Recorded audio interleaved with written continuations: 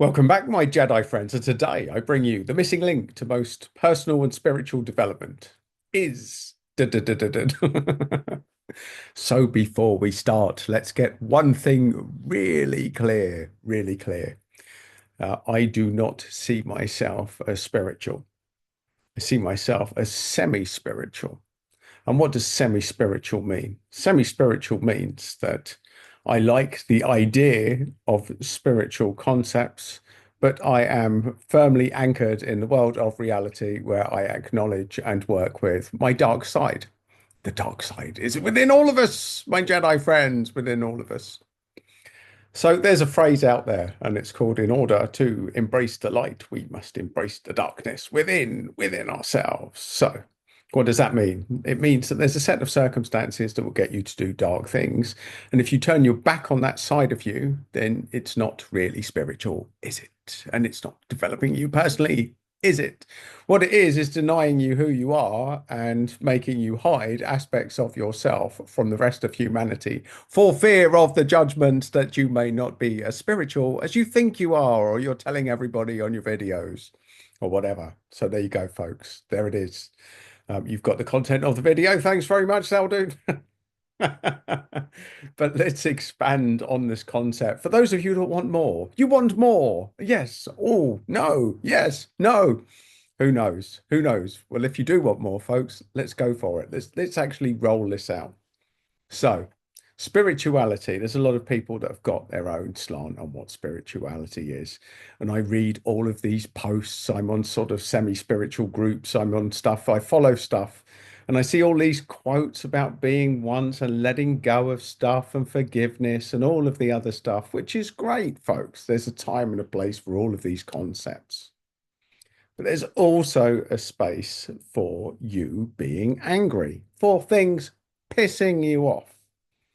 And if you go around ignoring the messages of your emotions that are on repeat and judging them and saying, I shouldn't be feeling this way, then that is about as close to spirituality as it's shooting somebody in the head.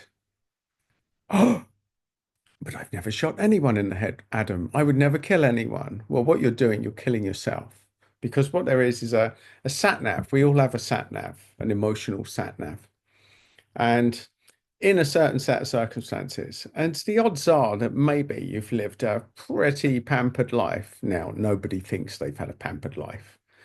But luckily for me, I went backpacking to parts of the world in my younger years where I saw what real poverty was. Townships in South Africa, places in Southeast Asia, which I would not send my worst enemy to. Jails in the UK are probably more preferable to some of the places that I went. I saw people living.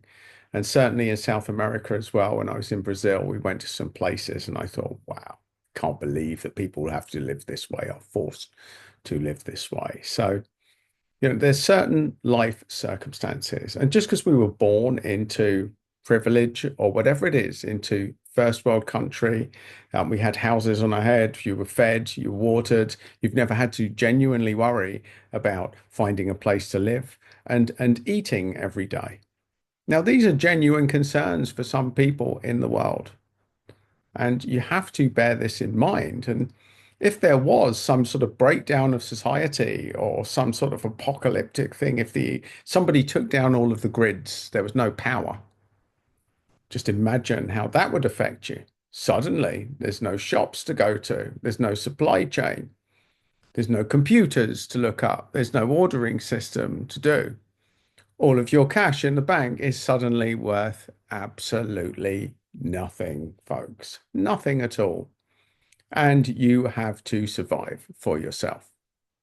Now, I know that's darkly dystopian, folks. But the point being, unless you've really looked into this stuff, unless you've really been hungry for weeks and you're faced with a dilemma of do you eat the dog or the cat, which might sound ridiculous at this stage, then you don't know.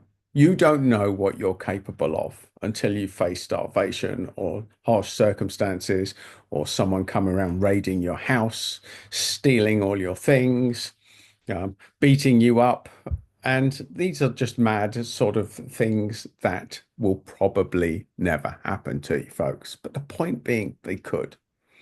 And although that's darkly dystopian, let's look at real world things that happen to people on regular basis. Putting up with bad behavior. Now, this is very prevalent at the moment. People are getting away with bad behavior, and there's this divide and rule going on about what color are you, what religion are you, and people are being segmented into little boxes. And that's classic divide and rule, divide and rule. And funnily enough, the British Empire was great at divide and rule when we were pissing everyone off and colonizing nations and going around the world, oppressing people and claiming our land and sticking our flags everywhere. But that's a madly dystopian thing because most nations at some stage have done this, folks. So if we want to go further back, and me being a mad historian myself, pretty much every nation, just look, you only have to go back through history. The longest one, the Roman Empire, the Thousand-Year Reich, folks, the Thousand-Year Reich, divide and rule, colonizing places. And that's just human nature. Human nature is not necessarily spiritual, folks. It's about preserving the self. It's about looking after your needs. And just because you've been lucky enough to have certain needs met does not make you spiritual. It just makes you very lucky in many respects. And not only that, folks, if you really want to know what spirituality is or how some people hide, when we really do shadow work, when you dive deep into the shadow work, how do you find out how spiritual you are? I'll tell you how spiritual you are. Take your deepest, darkest secret. Take stuff that you don't think you could share with anyone else. And that is your real spirituality, folks. Most people are hiding aspects of themselves from the rest of the population for the fear of judgment, through self-judgment, through the self-judgment of, no, I couldn't tell that. I couldn't possibly share that. Oh, no, I wouldn't. I'm never going to admit to it. Never going to admit to it. And in the world of advanced personal development, if we really want to shed the ego, part of that process is telling, sharing things about yourself that you don't think anyone could want to know, or you think that you can't possibly share with a spiritual crowd, with people searching for spiritual development. And that's the facts, folks. Most of you have something to hide. We all hide stuff about ourselves from other people. And that is your gateway to what is something more spiritual. If you were completely spiritual, you'd have nothing to hide from anyone. And we all have something to hide, folks. Everyone's got something to hide at the heart of it. No, I haven't, Adam. No, I'm very spiritual. They're the people that you need to watch out for the most, folks. No, I share everything. No, I'm like this. This is who I really am. You don't know who you really are, folks. And that's the point. Maybe life has given you a set of circumstances where you've been massively pissed off and you've actually felt that you could seriously hurt someone for stuff that they've done against you. Maybe. Maybe you haven't. But the point being that there's a set of circumstances that could bring out a darkness, which is part of who you are. It's part of who you are. And so many people are very judgmental about talking about darkness, talking about anger, talking about emotions which don't appear very spiritual. And this is what the missing link is, folks. It's what the missing link is. It's the failure to acknowledge your darker aspects. Now, when I say your darker aspects, does that mean that thinking this does mean you're going to go out and kill someone? Probably not, folks. Probably not. Because if you're watching this channel, then your default setting is good. But let's face it, if suddenly you were in a life or death situation and someone's just shot a couple of your friends or relatives around you, would you be the person that steps up and neutralizes that threat if you could? That's the point. You probably think, oh, that's so stupid, Adam. That would never happen. Well, how do you know? How do you know? You will never find out stuff about yourself unless you put yourself in uncomfortable situations, which most people haven't had to face. And that's the reality. That's the reality of backpacking, folks. And that's why I'm glad I did it in my former years. Because it's not until somebody points a gun at your head that you realize what you're about, especially when it's someone you don't know, and especially when the gun is loaded. Now, that happened to me. It happened to me, folks.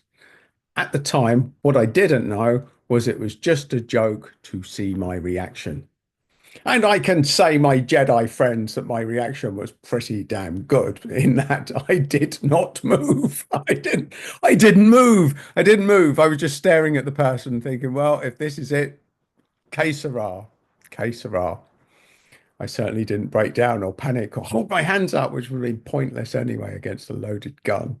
I was actually remarkably zen about it.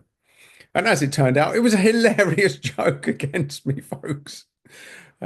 Organized by my facilitator at the time, my friend who I'd just met recently, that was taking me around Brazil. Now, the point being, folks, that's just one of many incidents where things could have got really dodgy for me. Certainly, I've been in enough situations and felt that this could be extremely dangerous to understand what it's like, fight or flight. And let's face it, sometimes flight is not an option. So, unless you've experienced what feels like real danger of really could put your life on the line, unless you've had an opportunity to be open and honest, unless you've been fearless enough to go to a workshop where you have to share aspects of yourself that you don't know. You haven't told anyone the stuff that really judgmental, the bad habits you've got, folks, the stuff that seems so fucked up that you'd never share it with anyone else. And everybody's got that, folks. Everybody's got it. Everybody has a little black book of things about themselves that nobody else knows. And there, my spiritual friends, lies your real spirituality. Because as long as you deny that aspect of you, you're not ever going to attain any sort of spirituality. And there it is. There's the mic drop. How real are you, folks? How real are you? And again, I am not claiming to be spiritual in any way, shape, or form because I own my darkness. And there is a set of circumstances where if you were to piss me off, then you would see a side of me that you really don't like and you would not want to see again, folks. You wouldn't want to. And whether that's verbal or whether we're in a situation where it had to be something else. I mean, verbal's my chosen method, my chosen methodology, folks, but sometimes words are not enough. The point being, you don't know. You don't know. A set of circumstances may or may not have presented that put you in a position where you have to do something that's massively out of your comfort zone to stay alive, maybe, or to keep someone alive that you love. And if you haven't faced that situation square on, then you're in no place to talk about what spirituality is. But that's just my opinion, folks. Just my opinion. So I'd be very interested to get your thoughts on this fascinating subject, folks. And if anyone thinks they're spiritual, I dare you to put that in the comments.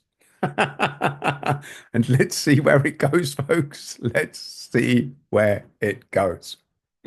So, my Jedi friends, here is to you. You will embrace your dark side and your light, and know that the Force lies strong within you and both aspects of it are always operational. And if you want more of my random musings, or you find it entertaining if you're still watching now, I definitely suggest it. Do subscribe to the channel, folks.